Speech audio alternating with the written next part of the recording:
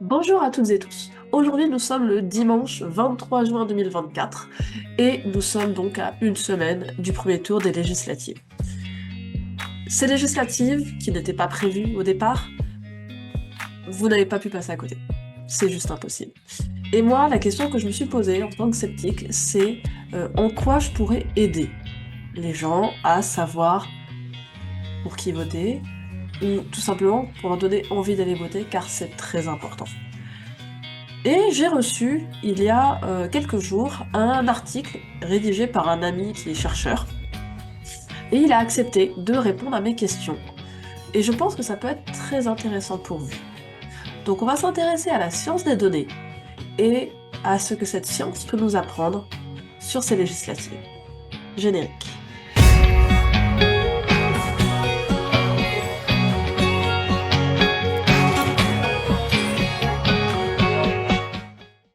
Donc, je suis Pascal Marchand, je suis professeur en sciences de l'information et de la communication à l'Université de Toulouse 3, Paul Sabatier.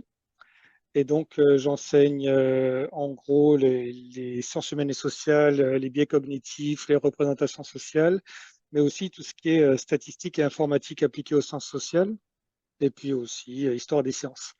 Et dans la statistique et l'informatique appliquée aux sciences sociales, ma spécialité, c'est l'analyse des grands corpus de textes, donc des grandes masses textuelles qui peuvent circuler sur les réseaux, sur Internet ou dans n'importe quelle banque de données d'archives.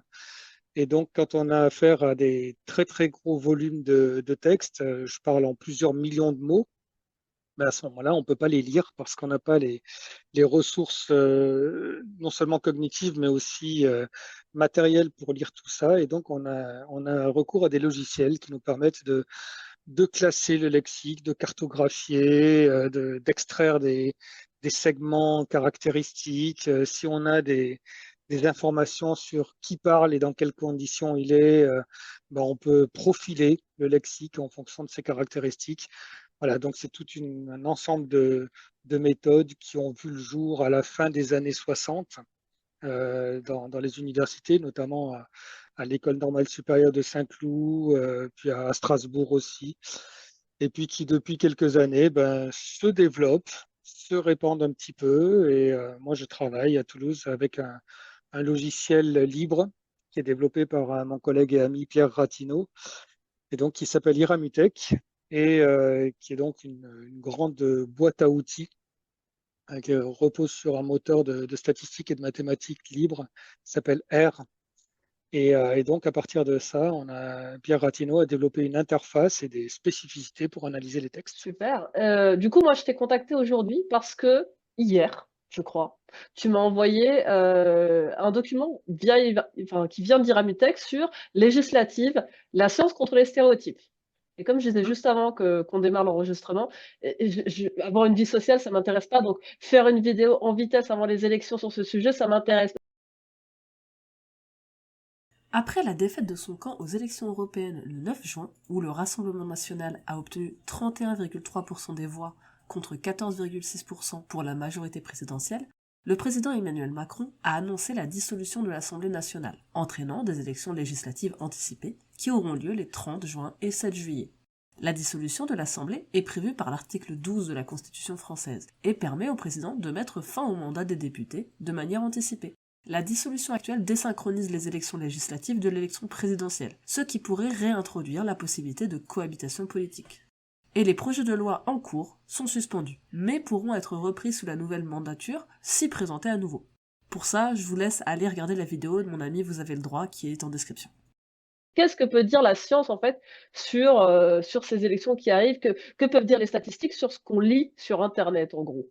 Donc qu'est-ce que vous avez fait exactement dans ce projet avec Iramutech? Alors, déjà, la science est en gros les sciences cognitives, les sciences sociales et les sciences des données, puisque moi, je me situe un petit peu à l'interface des trois. Déjà se questionne sur la façon dont se déroule une campagne électorale décidée dans une certaine précipitation, qui a amené les partis politiques à se redéfinir et à redéfinir leur programme, pour certains dans des situations plus ou moins confortables, Certains ont dû complètement redéfinir leur projet pour créer des nouvelles alliances. D'autres ont pu quasiment se reposer sur les projets qu'ils avaient il n'y a finalement que 2 ans pour l'élection présidentielle et législative qui avait précédé. D'autres ont vu leur parti complètement exploser sous l'effet de cette demande parce qu'ils n'arrivaient pas à se positionner en tant que parti dans l'offre politique. Donc le scientifique, il se demande finalement comment les contenus, en tout cas pour ma part, comment les contenus vont se définir, comment les programmes vont s'adapter, comment les collectifs et les communautés politiques vont se définir, se redéfinir, se positionner les uns et les unes par rapport aux autres, comment finalement vont se réorganiser tous les rapports d'alliance et d'opposition à l'intérieur et entre les groupes qui caractérisent finalement la vie politique. Donc c'est un petit peu ça la question dans un moment qui est un moment de crise, hein, puisqu'il y a une nécessité absolue de répondre à l'actualité de façon rapide et efficace si on veut préserver, préserver son statut, hein, préserver sa place dans le monde politique, voire même gagner une nouvelle place. Donc voilà, moi, la question, elle était là. C'était une première chose très, très générale. Et puis une deuxième chose un peu plus concrète, qui était cette campagne électorale, elle est assez étrange parce que elle amène à fixer un certain nombre de contenus et on attribue certains contenus à certains groupes. Et il y a des choses anciennes, il y a des choses nouvelles. Alors, je vais le dire clairement, hein, on attribue de l'antisémitisme à des groupes de gauche, alors que traditionnellement, l'antisémitisme était attribué à des groupes d'extrême droite. Ça, c'est quelque chose d'un peu nouveau. Il y a des choses qui sont anciennes et qui est récurrente. C'est la vieille rhétorique selon laquelle les extrêmes se rejoignent, qui est encouragée par un certain nombre de partis politiques et qui est aussi reprise par un certain nombre de commentateurs du politique. Donc cette idée, les extrêmes finalement se ressemblent et donc il y a les modérés contre les extrêmes. Donc ça, c'était une deuxième chose que j'avais envie de tester.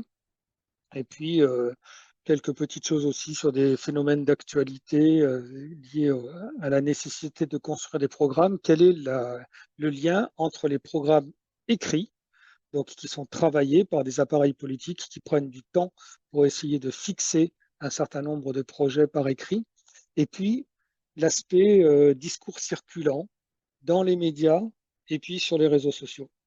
Voir est-ce qu'il y a un lien entre les deux? Est-ce qu'on retrouve dans les écrits des choses qu'on retrouve sur les réseaux sociaux ou dans les médias traditionnels? Ou est-ce que c'est tout simplement des mondes totalement différents? Voilà un petit peu les questions qu'on peut se poser et auxquelles on se donne le moyen de répondre avec des outils technologiques. Et du coup, les outils, enfin, du moins, ce que vous avez présenté, tout ce que moi j'ai reçu, c'est ce que je lis une analyse. Attends, j'ai plus le mot sous les yeux. Je l'ai écrit. Une Textométrique. analyse textométrique. Alors, c'est quoi une analyse textométrique? L'analyse de données textuelles est une approche des sciences humaines qui envisage les textes comme des données organisées, qui, constituées en corpus, peuvent être analysées indépendamment de leur énonciateur ou énonciatrice, voire de la situation d'énonciation. L'analyse de données textuelles est inspirée par la linguistique structurelle et l'analyse de discours, et elle est autant qualitative que quantitative. Elle cherche à qualifier les éléments des textes à l'aide de catégories et à les quantifier en analysant leur répartition statistique. Pour info, ce sont en gros les mêmes techniques qui ont été utilisées dans ma vidéo des stats, des graphiques et du drama. Et c'est ça. Alors, au départ, quand c'est né dans les années 60, on appelait ça la statistique textuelle ou l'analyse des données textuelles. Donc, c'est de la statistique relativement ancienne, hein, j'ai dit les années 60, ça veut dire que on n'est pas dans l'intelligence artificielle de maintenant, on est dans une statistique à la papa, un petit peu ancienne, mais qui permet finalement de construire des très grands tableaux de données. C'est-à-dire que si j'analyse des tweets, par exemple, je peux concevoir que un tweet, c'est une colonne d'un tableau de données. Si j'ai 1 million de tweets, j'aurai 1 million de colonnes. Et dans ces tweets, on peut avoir prononcé, je ne sais pas, 5 000, 10 000, 15 000 mots. Eh bien, j'aurai 5 000, 10 000 ou 15 000 colonnes. Et donc, dans chacune des cases de ce tableau-là, je pourrais coder par 0 ou 1 la présence ou l'absence d'un mot dans un tweet. Et à partir de là, je vais pouvoir classer les tweets en fonction des mots qu'ils ont en commun. Et donc, ces tableaux-là, on leur fait subir un certain nombre de traitements statistiques pour classer et pour cartographier. Donc, ce que tu as reçu, c'est deux choses. C'est une cartographie des lignes, c'est-à-dire des mots, avec des jolies couleurs, parce Alors, c'est on détecte le tableau qui ressemble à une toile d'araignée, c'est ça? C'est ça. Moi, ça me fait penser un petit peu à un pissenlit, tu sais, juste avant qu'on les souffle. C'est ça très beau. J'aime beaucoup. Oui, oui, c'est très joli, ça me plaît bien comme image. Alors, ça n'a pas grand-chose de botanique et de naturel, notre affaire, mais en gros, c'est un petit peu ça, hein, avec le tableau dont je viens de parler. On regarde quels sont les mots qui sont souvent employés dans les mêmes colonnes et on les met ensemble. On fait des calculs de distance, en fait, entre les mots et on les représente sous cette forme de carte. Qui est effectivement celle-là, on appelle ça une analyse de similitude, qui est la représentation sous forme d'arbre d'une matrice de similitude. Ça, c'est pour le faire savant. Mais voilà, on essaye de donner une apparence un peu lisible à un espace de mots. Donc, c'est pas un nuage de mots en ce sens que les nuages de mots ne restituent pas les, euh, les, les communautés de mots. Ils donnent simplement leur fréquence. Alors que là, on restitue les communautés de mots, donc c'est lisible, c'est interprétable sous la forme de communautés qui sont colorées en fonction des mots qui apparaissent souvent ensemble. Donc ça, c'est le graphe des lignes. Mon travail dans les jours qui viennent, ça va être de voir comment chacun des candidats pour chacune des élections investit ce nuage de mots, ce graphe de similitude. Et puis la deuxième chose que je t'ai envoyé, c'est un graphe des programmes. Donc là, on a mis chaque programme en colonne et on regarde quelles sont les distances entre les programmes. Et là, c'est intéressant parce que ça permet de voir que certains programmes emploient à peu près les mêmes mots et qu'il y a des oppositions entre des programmes qui emploient des mots très, très différents. Et là, on voit donc clairement les programmes. Alors, ces programmes, j'ai pris les programmes de la présidentielle de 2022 parce que, comme je disais tout à l'heure, certains partis n'ont pas produit autre chose que ça. C'est toujours, si je prends le Rassemblement national, par exemple, si on va sur leur site, il y a quelques considérations sur la législative, mais ils réfèrent au programme de 2022 de Marine Le Pen pour la présidentielle. Et c'est le cas pour beaucoup de partis. Donc j'ai gardé les programmes de 2022, parce qu'en plus c'est une analyse que j'avais déjà produite en 2022 hein, et publiée. Et puis j'ai simplement rajouté ce qu'on avait de nouveau. Et ce qu'on a de nouveau, c'est des choses un peu différentes. Il y a la grande nouveauté, c'est quand même le programme du nouveau Front populaire. Ça, c'est une nouveauté qui n'existait pas en 2022. Oui, puisque en fait, beaucoup de partis de gauche se sont regroupés pour rassembler les votes, en fait. Et donc, comment ils ont pu générer un programme commun, puisque ce sont des personnes qui ne travaillent pas ensemble d'habitude. Voilà. Donc, alors moi, le comment au niveau sciences politiques, ce n'est pas mon domaine. Moi, ce qui m'intéressait, c'était à quoi ils ressemblent leur nouveau programme. Est-ce qu'ils ressemblent à des programmes qui existaient en 2022, mais qui finalement étaient disséminés, ou est-ce que c'est quelque chose de complètement nouveau? Donc là, je laisse tout de suite la réponse. Ce nouveau programme, ce programme du nouveau parti, du nouveau Front populaire, se présente comme une synthèse hein, de l'ensemble des programmes qu'il y avait, des programmes de gauche et d'écologie qu'il y avait en 2022, donc assez proche du programme d'Anne Hidalgo, de Yannick Jadot. Aussi, j'avais ajouté comment on appelait ça, la primaire populaire, qui avait été un épisode de l'élection présidentielle de 2022, assez proche de Mélenchon et de Roussel, etc. Qu'est-ce qu'on voit sur cet arbre tout noir là? On voit d'abord qu'il y a un premier bloc qui est un bloc qu'on peut qualifier de bloc d'extrême gauche. Et le bloc d'extrême gauche avec les programmes en 2022 d'Artaud et de Poutou et les programmes en 2024, alors qu'ils ne sont pas vraiment des programmes, qui sont des tracts et des dépliants. Et en ce 2024, sont justement des personnes dont le programme s'est pas associé au nouveau Front populaire? Je ne sais plus. Et non, non, cela non. Alors, en tout cas, Lutte ouvrière et Nathalie Arthaud, c'est sûr que non. Pour ce qui concerne le NPA et Philippe Poutou, c'est un petit peu compliqué. Le NPA est sur deux tendances, l'une qui est restée révolutionnaire et l'autre qui est plutôt qui s'est rapproché du nouveau Front populaire. Voilà. Et ce qu'on peut dire, c'est que le programme NPA donc, de 2024 est très proche de ce qu'on appelle l'extrême gauche, donc avec lutte ouvrière, donc un discours révolutionnaire, anticapitaliste, appelant à la grève, au renversement du capitalisme et du patronat, etc.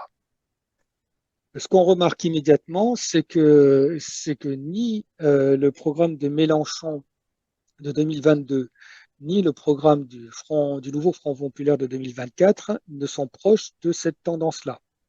Mhm. Donc, on peut déjà affirmer une première chose, c'est que Mélenchon n'a pas un programme d'extrême gauche et le nouveau Front populaire n'a pas non plus un programme d'extrême gauche. On retrouve ces deux-là dans un bloc qu'on voit un petit peu en haut du graphe, où il y a Roussel, Mélenchon, donc 2022, Jadot 2022, Hidalgo 2022, la primaire populaire 2022 et le Front populaire 2024. Tout ça partage les mêmes références, le même lexique. Et donc, c'est là qu'on dit qu'effectivement, si l'objectif du nouveau Front populaire était de faire une synthèse entre les listes Roussel, Mélenchon, Jadot, Hidalgo, voire même la primaire populaire, ben, le pari est gagné. C'est ce qu'ils ont produit. On voit que pas très loin, d'ailleurs, il y a les jeunes avec Macron qui sont sur cette branche-là de l'arbre, mais un petit peu à part. Alors c'est intéressant cette affaire des jeunes avec Macron parce que pendant assez longtemps, en 2022, ça a été la seule référence de programme qu'on avait du côté de la majorité présidentielle. C'est vrai que Emmanuel le Macron programme a lui-même, mis du temps à sortir en 2022. Il a mis énormément de temps à absolument, sortir. exactement. Et donc moi, quand j'ai commencé à travailler, je n'avais que ça. Et on voit que ce programme-là, finalement, était un peu entre le programme de Macron lui-même et le programme de la primaire populaire et de cet ensemble de gauche qu'on venait de voir. Et ça va avoir un intérêt pour tout à l'heure. Et ensuite, on a un bloc de droite avec Valérie Pécresse 2022, Emmanuel Macron 2022 et Ensemble, majorité présidentielle 2024. Donc là, qui est une rhétorique beaucoup plus à droite, avec certains aspects d'ailleurs de discours libéral et certains aspects de discours sécuritaire assez fortement appuyés. Et puis, on a un bloc qu'on peut qualifier d'extrême droite, hein, avec Zemmour 2022, Dupont-Aignan 2022, Le Pen 2022, Reconquête 2024, puisque là, il y a eu quelques il y a eu un projet, ça y est, je cherchais comment ils l'avaient qualifié, ils l'ont qualifié de projet, un projet de reconquête 2024, donc que j'ai pu ajouter. Alors, de façon assez étonnante, en tout cas pour moi, le programme de La Salle de 2022 vient se greffer aussi sur cette partie extrême droite. Alors, ça vaudra le coup d'aller voir pourquoi. Je ne l'identifiais pas Alors, quand forcément, on moi, est un peu plus personnellement. dans le milieu politique, enfin dans le milieu militant, on ne s'étonne pas tellement que le programme de la salle se greffe du côté extrême droite. D'accord. C'est Et peut-être une voilà. culture que je n'avais pas. Mais donc voilà. Alors du coup, quand on a cet arbre-là qui est produit entièrement statistiquement et sur la seule base de la proximité des lexiques, donc des mots employés, on a finalement quatre blocs, hein, extrême gauche, gauche, droite, extrême droite, relativement bien dessinés. Alors avec là-dedans des gens Il y a qui sont juste les plus ou jeunes moins avec affirmés. Macron qui est un peu au milieu. Voilà, qui est un peu au milieu. Alors on peut en parler, jeune avec Macron, parce que récemment, c'était assez amusant avec cette anecdote du déplacement de Macron sur l'île de Sein et du fait quand il a qualifié d'ubuesque la possibilité de changer de sexe en mairie qu'il avait trouvé Oui. dans le programme du nouveau Front populaire. Emmanuel Macron est depuis quelques jours vivement critiqué pour ses propos sur le programme du nouveau Front populaire concernant le changement d'état civil libre et gratuit pour les personnes trans. Macron a qualifié cette proposition d'ubuesque et d'extrême gauche, déclenchant de vives réactions de ses opposants. Les critiques soulignent que ces propos alimentent la transphobie. Julia Torlet, la présidente de SOS Homophobie, a dénoncé une manœuvre politique pour séduire l'électorat des partis d'extrême droite. Selon elle, les minorités et les personnes transgenres sont complètement instrumentalisées pour servir la course au pouvoir politique. Et les attaques à la communauté LGBT et envers les personnes trans et les minorités en général sont le fer de lance des discours des partis d'extrême droite. Et donc, tout de suite sur les réseaux sociaux, il y a eu l'idée, et en plus c'était dans son programme. Alors du coup, je suis allé voir. Et c'est pas aussi simple que ça. En fait, ça n'était pas dans le programme de Macron, vraiment. Par contre, on le retrouve vraiment tel quel dans le programme des jeunes avec Macron. Et du Le fait coup, de pouvoir changer d'identité de genre en mairie? absolument, on le retrouve D'accord, tel donc quel les dans jeunes les avec jeunes avec Macron Macron. étaient plutôt progressistes et Absolument. pour les droits des personnes trans, alors que Macron est en train de revenir dessus et ça a fait un tollé, quoi. Voilà. Et effectivement, donc toute la question, c'est la question de la lisibilité d'une politique lorsque, alors c'est ce que j'écris un peu dans le papier, hein, lorsque les macronistes et Macron sont sur deux positions radicalement opposées à propos d'une thématique sociétale du type droit des LGBT, etc. Donc voilà, là on pointe aussi des incohérences d'appareil, des incohérences dans la construction même de la doctrine qui, à mon avis, alors on a beaucoup appelé ça le en même temps présidentiel, mais va beaucoup plus loin que ça, hein, va jusqu'à utiliser une opportunité contre un programme écrit par des gens qui se sont engagés pour la majorité présidentielle. En revanche, il y a une chose qui, moi, m'intéressait, c'était cette question d'antisémitisme. Depuis quelque temps, la France insoumise est accusée d'antisémitisme par ses adversaires politiques et des organisations juives. Jean-Luc Mélenchon, son fondateur, ainsi que certains élus, sont critiqués pour des propos ambigus. Des accusations que rejette LFI, affirmant qu'elle vise à les discréditer en pleine campagne électorale. Une qualification d'antisémitisme serait en effet fausse pour l'historien Robert Hirsch, auteur de La gauche et les juifs. Le parti n'a rien à voir avec des mouvements comme l'Action française au XIXe siècle, qui prônaient un antisémitisme d'État. En revanche, il y a eu des dérapages importants depuis le 7 octobre, comme l'observe l'historien. Clairement, politiquement, il y a quelque chose qui se passe depuis quelques semaines. Alors, ça n'est pas que depuis quelques semaines, mais il y a un procès en antisémitisme d'une partie de la gauche qui vient finalement effacer l'histoire du rattachement de l'antisémitisme à l'extrême droite, voire jusqu'à des gens qui ont combattu le fascisme et traqué les nazis et qui se retrouvent plus maintenant du côté de l'extrême droite que du côté de la gauche. Et pour des gens qui analysent la vie politique depuis longtemps, c'est un peu troublant, cette affaire-là. C'est même déstabilisant.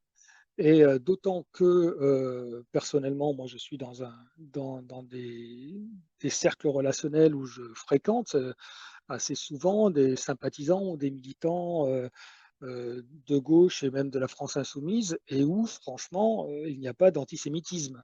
C'est-à-dire que s'il y en avait, ça ne serait plus mes cercles relationnels. Donc, je me suis beaucoup questionné sur cette histoire-là, d'où ça vient, et surtout, est-ce qu'on retrouve ça dans les programmes? Et donc, j'ai cherché dans l'ensemble des programmes qu'on vient de décrire, là, finalement, qui employait le mot antisémitisme et dans quel contexte. Et alors, ce mot antisémitisme, dans l'ensemble des programmes de 2022 et 2024, il apparaît 15 fois, ce qui n'est pas énorme. Et sur les 15 fois, si on rajoute les 2 fois où on a le mot antisémite, on a en gros 7 fois, ça apparaît dans le nouveau programme, dans le programme du nouveau parti, du nouveau Front populaire. Donc on peut dire que les autres fois, c'est chez Hidalgo, c'est chez Roussel, 3 fois chez Roussel, 5 fois chez Hidalgo, 1 fois chez Jadot, Macron, chez Ensemble et chez NPA. Et donc, la plupart des gens qui font un procès en antisémitisme contre le nouveau Front populaire n'ont pas de programme de lutte contre l'antisémitisme, en tout cas ne l'ont pas écrit dans leur programme. Donc, je trouvais ça assez paradoxal. Et quand on regarde dans quel contexte l'antisémitisme est utilisé dans le programme du nouveau Front populaire, ben on va trouver que c'est un contexte clairement de rejet de l'antisémitisme et de mise en place de moyens de lutte contre l'antisémitisme. Et donc ça, c'est écrit noir sur blanc dans le programme du nouveau Front populaire. Et du coup, je me pose beaucoup la question en ce moment de cette représentation dominante d'un antisémitisme clairement affirmé et assumé du côté de l'extrême gauche, du côté de la gauche, pardon. Je pensais à l'extrême gauche aussi parce que le NPA écrit aussi contre l'antisémitisme. Mais alors que c'est les seuls qui ont un programme explicitement orienté vers la lutte contre l'antisémitisme et que les autres n'abordent pas le sujet. Donc, je suis en train de travailler un petit peu sur cette question-là, sur la construction de représentations par des partis politiques. On peut estimer qu'effectivement, certains partis politiques ont tout intérêt à construire des stéréotypes, que c'est le titre de l'article, attachés, ancrés dans le nouveau Front populaire.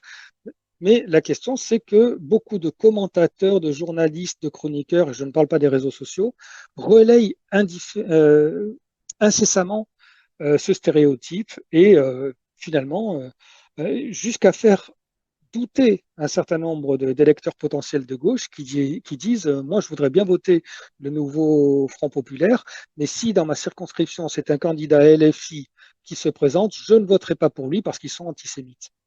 Donc, en fait, on a ce stéréotype extrêmement puissant qui s'est créé, qui a été relayé encore une fois sur les réseaux sociaux, ça, c'est habituel. Mais aussi chez les chroniqueurs, commentateurs habituels, quotidiens de la vie politique, et qui ne repose en rien sur des éléments de programme, et j'allais dire au contraire. Les éléments de programme vont à l'inverse de ça. Et la En lutte fait, on a contre pris des la dires de certaines personnes, on a noirci le trait et on a associé ça à tout l'ensemble des personnes qui adhèrent au programme. Et par oui, association, on a contamination. pensé que c'était le programme. Sauf que c'est pas le Moi, cas. je pense qu'il y a Ça ne veut ça. pas dire que les Je personnes qui pense. ont eu des propos antisémites et qui sont allées les filles, faut pas les condamner, attention, hein. Au Ah oui, contraire, oui, tout à il y a fait. vraiment du Tout à nettoyage fait. à faire. Ah oui, oui. Enfin, sans doute. Moi, là, dans ce que j'étudie, j'en sais rien, mais sans doute. Moi, encore une fois, je travaille sur les programmes. Je pense aussi Mm. qu'il y a, toi qui connais bien les biais cognitifs, qu'il y a un biais de confirmation. C'est-à-dire qu'il y a une réinterprétation d'un certain nombre de propos en fonction de cette attente-là. Et c'est vrai que quand on s'attend à ce que quelqu'un tienne un discours antisémite, si quelqu'un tient un discours un tant soit peu ambigu, et je pense notamment aux dernières communications de Mélenchon, quand il y a un peu d'ambiguïté, effectivement, le biais de confirmation va marcher en plein. Donc Et puis effectivement, actuellement, comme tu le disais, avec le travail des médias qui noircissent le trait et on reparle et on reparle et on reparle, on a un biais d'ancrage qui se crée. C'est-à-dire qu'à force d'en c'est ça. entendre parler, on a l'impression que c'est tout le temps en fait qu'ils font des sorties antisémites. Il y a aussi ça, effectivement. Le fait que on a l'impression que l'information est extrêmement accessible cognitivement et donc avec un effet de répétition et un effet de confirmation. Pour conclure, l'analyse des programmes politiques nous montre plusieurs choses. La première est que si la dichotomie droite-gauche existe, il est à l'heure actuelle totalement faux de considérer le programme du nouveau Front populaire comme un programme d'extrême gauche, contrairement à ce qu'ont pu affirmer certaines personnes, dont notre cher président. Par ailleurs, face à l'affirmation selon laquelle les extrêmes se rejoignent, il faut rappeler que c'est bien évidemment faux. Et s'il y a assurément du nettoyage à faire parmi les membres de la France insoumise, il n'est absolument pas raisonnable d'accuser le parti dans son ensemble, et encore moins le Front populaire, d'être antisémite. Devant les résultats aux élections européennes et le climat politique global, il est important de garder un œil sceptique face à l'information dont nous sommes abreuvés et de ne pas oublier qu'historiquement, l'extrême droite n'est pas et n'a jamais été du côté des faibles, handicapés, LGBT, ouvriers, femmes, réfugiés, artistes. Jamais. Je terminerai par reprendre les derniers mots de l'article de Pascal. Il n'est pas trop tard pour se situer sur le terrain des idées, comparer des programmes sur ce qu'ils sont vraiment et assumer des positions réellement politiques. Et ainsi voter pour qui on veut, mais pas pour de mauvaises raisons.